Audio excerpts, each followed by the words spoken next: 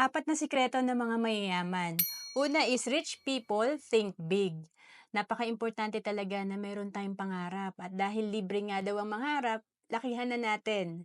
And of course, pag nangarap tayo, may mga goal tayo dapat na isulat para mas ma-achieve natin to at mas mapagplanuhan natin. And then pangalawa, rich people are committed to being rich.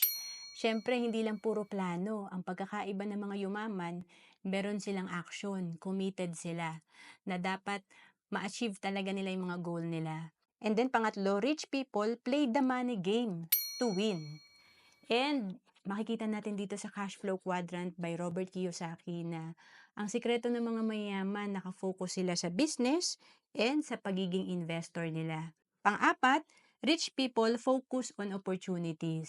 Siyempre dapat patuloy tayong mag-aral, improve natin yung skill natin para pag may mga opportunity, open tayo dito sa mga to, lalo na sa mga business opportunity dahil ito yung magbibigay sa atin ng magandang income, magandang cash flow. To know more about savings and investment, message mo na ako sa FB. Ako, Ancelis Capistrano.